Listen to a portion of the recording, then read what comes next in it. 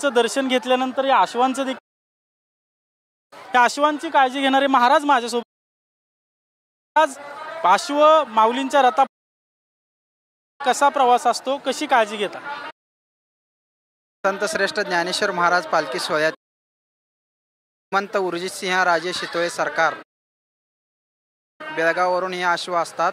हे अश्व आधी आळंदीत पोचतात व रोज पालखी सोहळ्याबरोबर मार्गक्रमण करत असतात।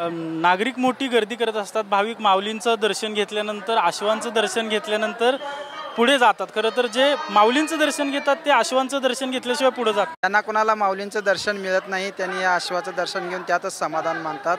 या गर्दीमुळे सगळ्यांनाच दर्शन मिळतं असं नसतं, त्यामुळे हे अश्वाचं दर्शन घेतल्यावर त्याचंच समाधान मानत असतात वारकरी। धन्यवाद माऊली। आपण पाहतोय की हा पाठीमागं जे अश्व दिसतंय त्याच्यावर स्वतः माऊलींची गादी आहे आणि यावर स्वतः माऊली विराजमान झालेले असतात आणि या अश्वावर चोपदार विराजमान होतात।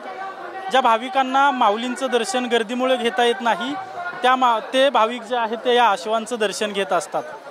कॅमेरा पर्सन सुशांत राऊतसह अजिंक्य धाईगुडे, TV9 मराठी, सासवड, पुणे।